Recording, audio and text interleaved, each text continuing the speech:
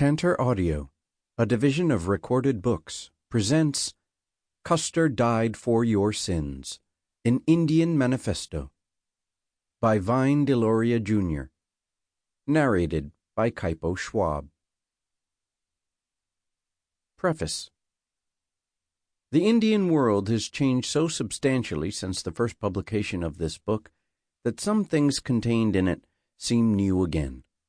In the late 60s, American society had yet to hear the voices, demands, and aspirations of the American Indians. The country was embroiled in the civil rights movement, and the anti-war protests were just gaining momentum. In some ways, the emergence of Indians was a relief from the pressing demands of other, larger groups. But this relief was short-lived when Indians occupied first Alcatraz, then the Bureau of Indian Affairs headquarters in Washington, D.C., and finally the little hamlet of Wounded Knee on the Pine Ridge Reservation in South Dakota. Indians raised the question of the American past, and since this bloody past was then being revived in the search and destroy missions in Vietnam and in incidents such as that at Kent State, it was apparent that few people in the government heeded the lessons of history. In the early 70s, Indian tribal sovereignty was tacitly admitted, but it was not the cornerstone of federal policy, and termination under many new disguises was still the official direction toward which the Bureau of Indian Affairs was encouraged to move. A major effort to define a new Indian policy was made with the authorization of the American Indian Policy Review Commission in 1975, but after 2 years of intense maneuvering and many hearings, the Commission report emphasized a number of adjustments of existing relationships and could not reach a consensus on establishing a clear and workable definition of how Indians and the federal government should deal with each other. Excessively aggressive arguments raised by the American Indian Policy Review Commission may, in fact, have helped spawn the many anti-Indian groups who are now agitating for complete abrogation of special tribal status.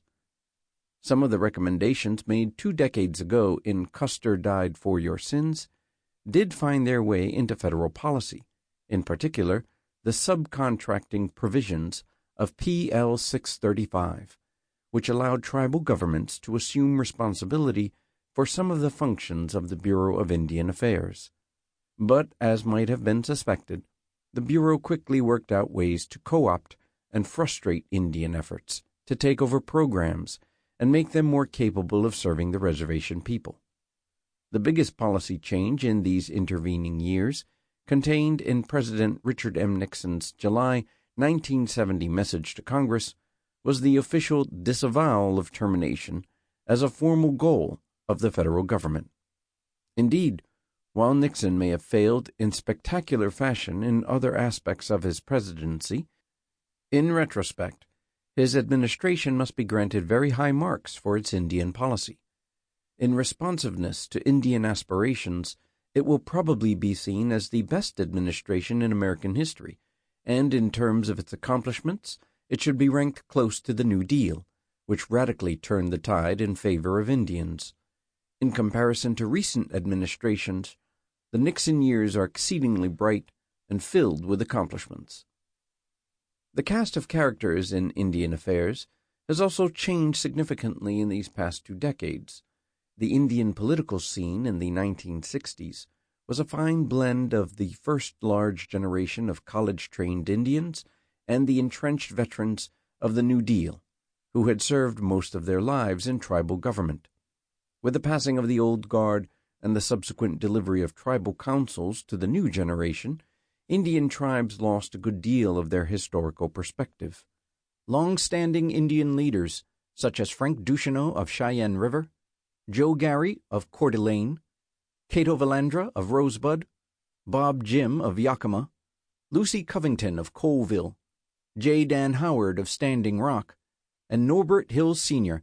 of Oneida, once formed a group that not only controlled much of Indian policy, but also provided sage advice and acted as models for the younger generation.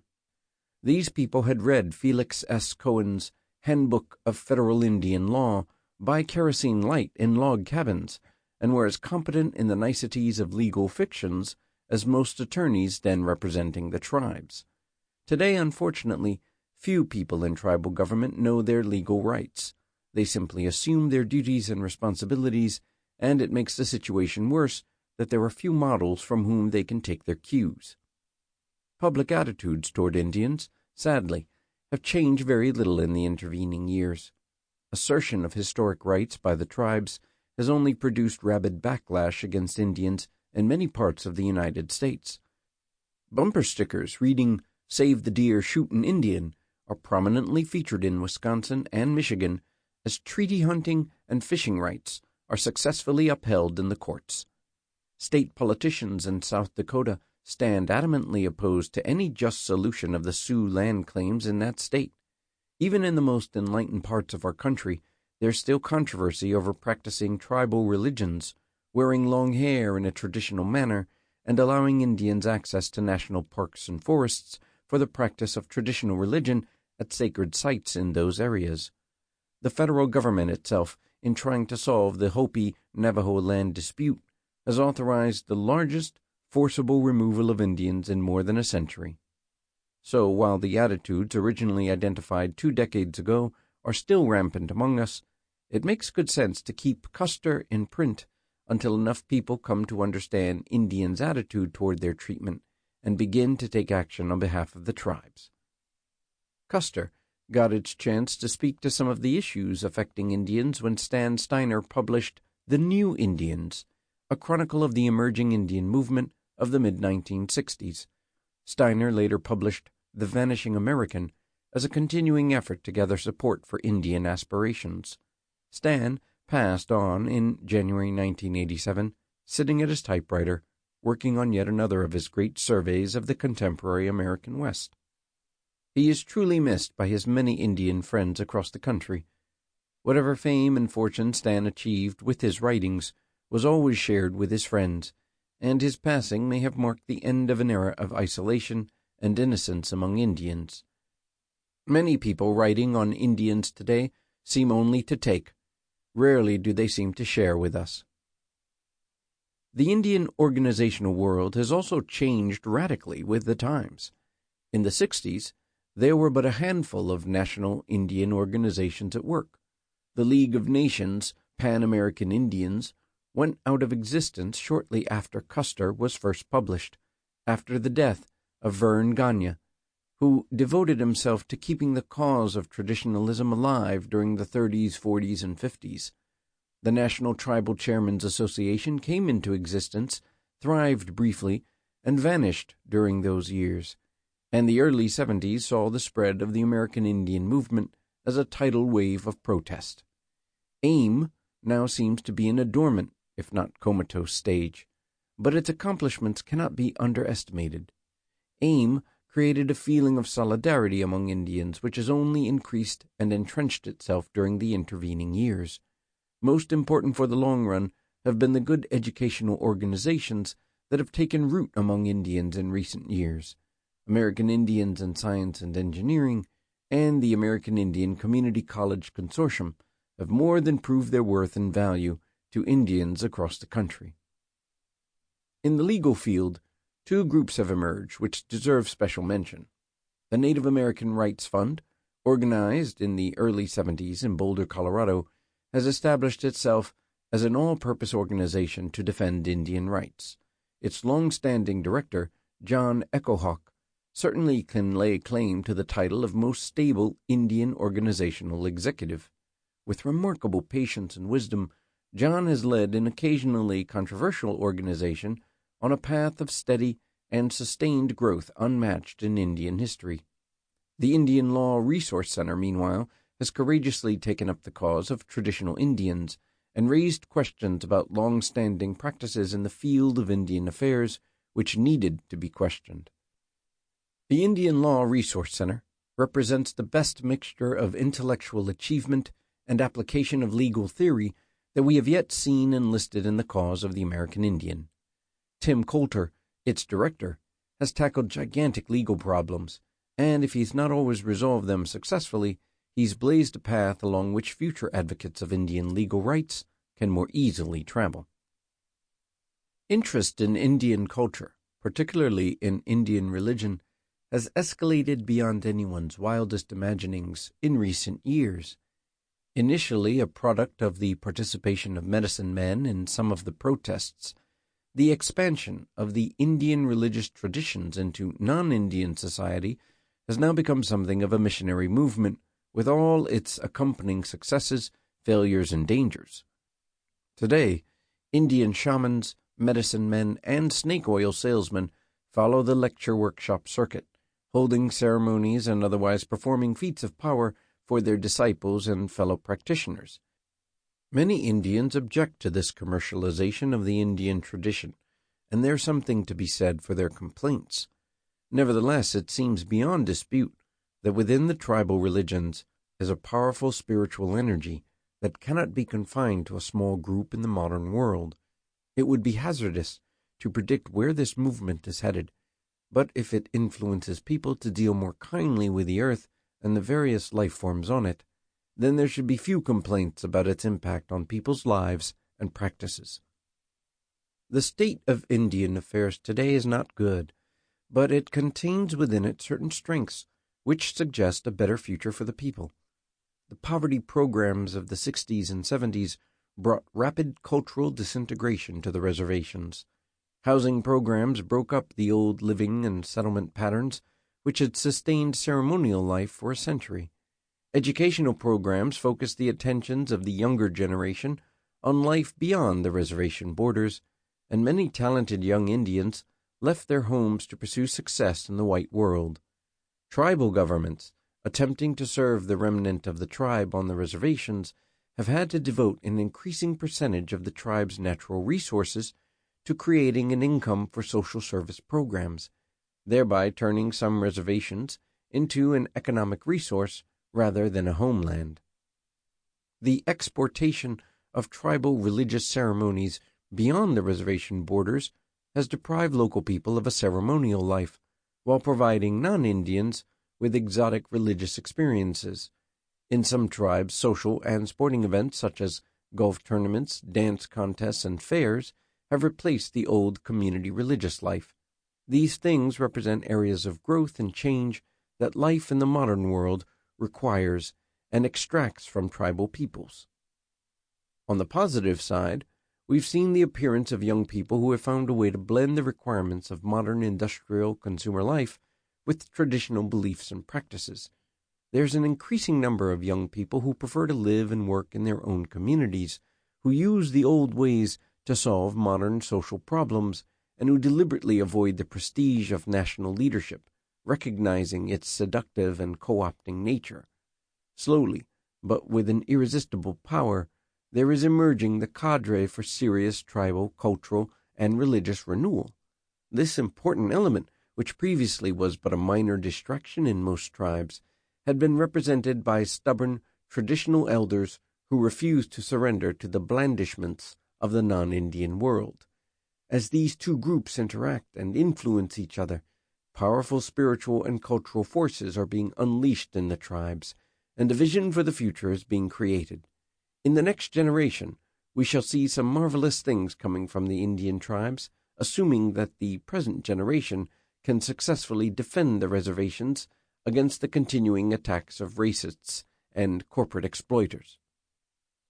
But the Indian task of keeping an informed public available to assist the tribes in their efforts to survive is never-ending, and so the central message of this book, that Indians are alive, have certain dreams of their own, and are being overrun by the ignorance and the mistaken, misdirected efforts of those who would help them, can never be repeated too often. Every generation of Indians will have to assume this burden which all divergent minorities bear, and many additional books on this subject will have to be written, correcting some misconceptions and calling attitudes to account. I hope that this book can continue to make its contribution to the task of keeping American Indians before the American public and on the American domestic agenda.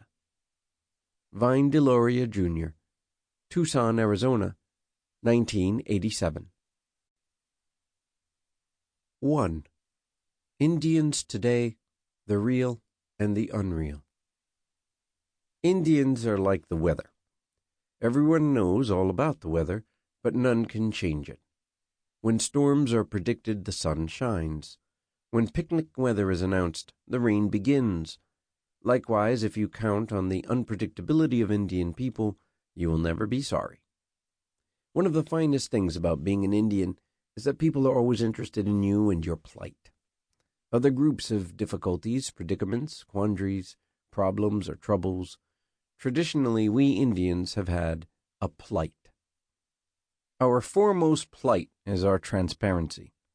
People can tell just by looking at us what we want, what should be done to help us, how we feel, and what a real Indian is really like. Indian life, as it relates to the real world, is a continuous attempt not to disappoint people who know us. Unfulfilled expectations cause grief, and we have already had our share. Because people can see right through us, it becomes impossible to tell truth from fiction, of fact from mythology. Experts paint us as they would like us to be. Often we paint ourselves as we wish we were, or as we might have been. The more we try to be ourselves, the more we're forced to defend what we've never been. The American public feels most comfortable with the mythical Indians of stereotype land, who were always there. These Indians are fierce, they wear feathers and grunt. Most of us don't fit this idealized figure, since we grunt only when overeating, which is seldom. To be an Indian in modern American society is in a very real sense to be unreal and ahistorical. In this book, we will discuss the other side, the unrealities that face us as Indian people. It is this unreal feeling that has been welling up inside us and threatens to make this decade the most decisive in history for Indian people. In so many ways, Indian people are re-examining themselves in an effort to redefine a new social structure for their people. Tribes are reordering their priorities to account for the obvious discrepancies between their goals and the goals whites have defined for them. Indian reactions are sudden and surprising.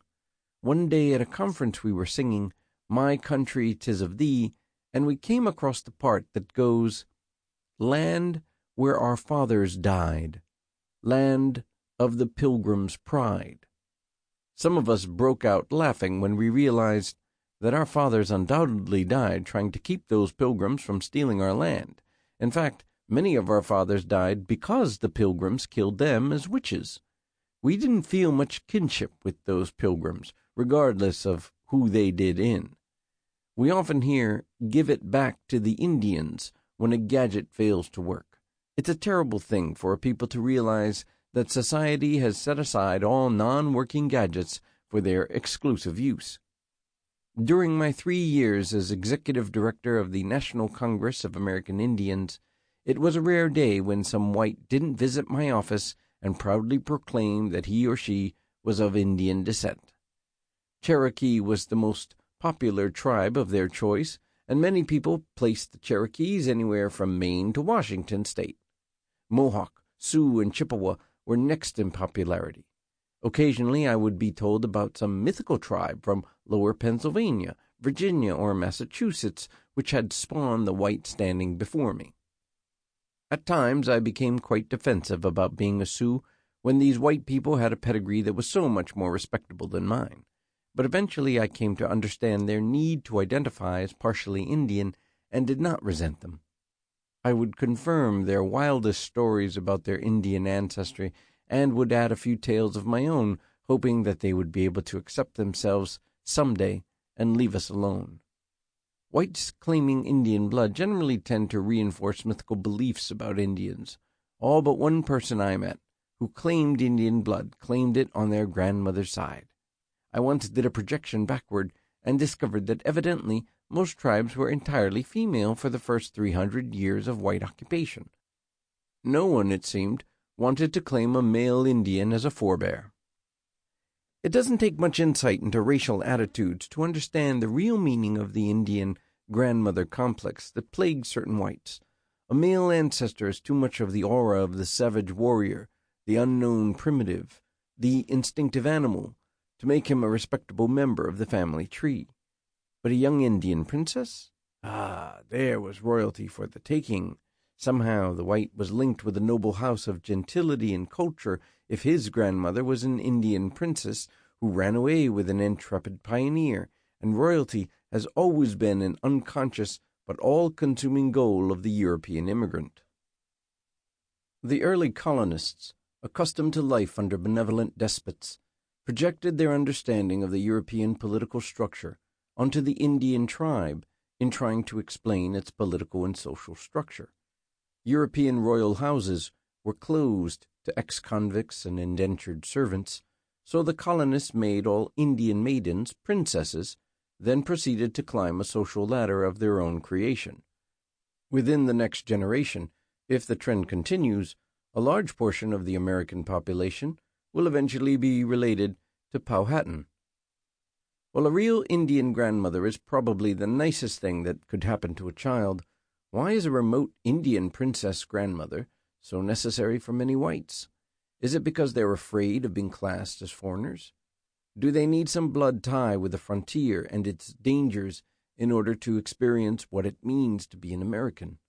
Or is it an attempt to avoid facing the guilt they bear for the treatment of the Indian? The phenomenon seems to be universal. Only among the Jewish community, which has a long tribal religious tradition of its own, does the mysterious Indian grandmother, the primeval princess, fail to dominate the family tree. Otherwise, there's not much to be gained by claiming Indian blood or publicly identifying as an Indian. The white believes that there is a great danger the lazy Indian will eventually corrupt God's hard-working people. He's still suspicious that the Indian way of life is dreadfully wrong. There is, in fact, something un-American about Indians for most whites.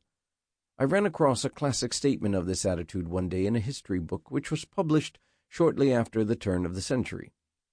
Often have I wondered how many senators, congressmen, and clergymen of the day accepted the attitudes of that book as a basic fact of life in America.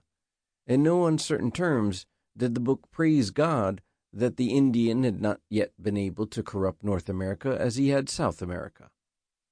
It was perhaps fortunate for the future of America that the Indians of the North rejected civilization. Had they accepted it, the whites and Indians might have intermarried to some extent as they did in Mexico.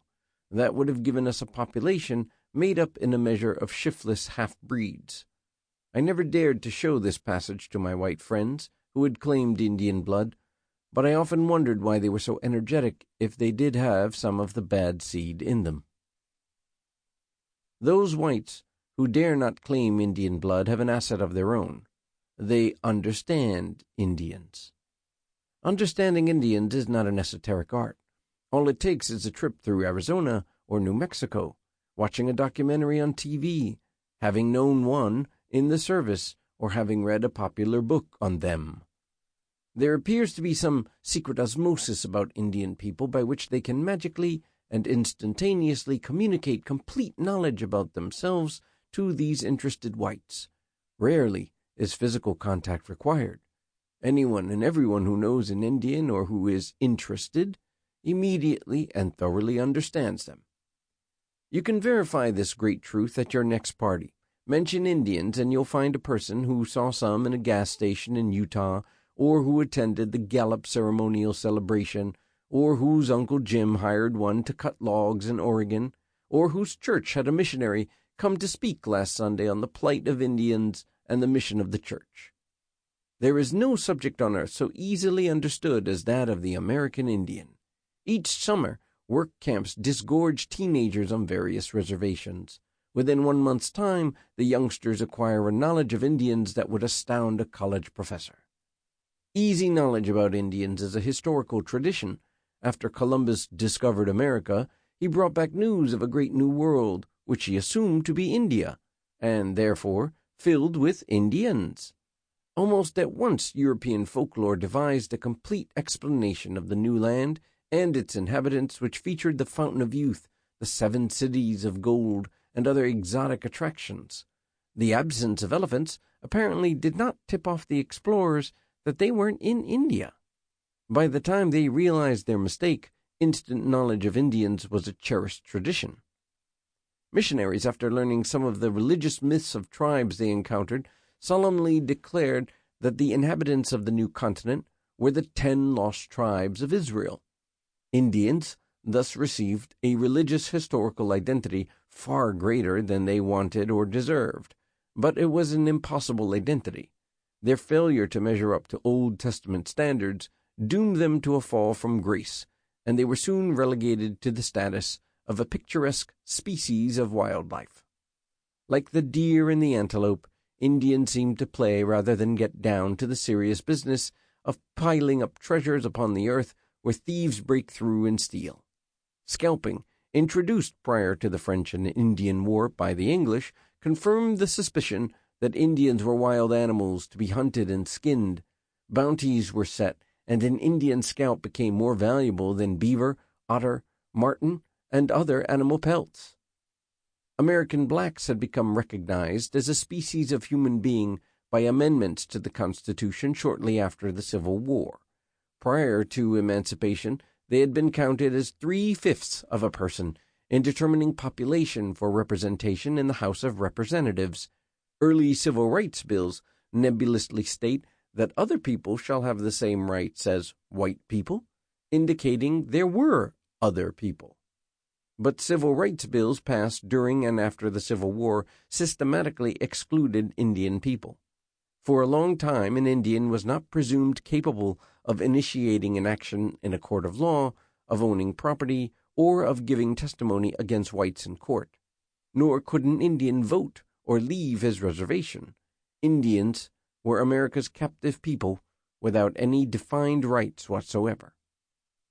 Then one day the white man discovered that the Indian tribes still owned some 135 million acres of land. To his horror, he learned that much of it was very valuable. Some was good grazing land, some was farmland, some mining land, and some covered with timber. Animals could be herded together on a piece of land, but they could not sell it. Therefore, it took no time at all to discover that Indians were really people and should have the right to sell their lands. Land was the means of recognizing the Indian as a human being. It was the method whereby land could be stolen legally and not blatantly.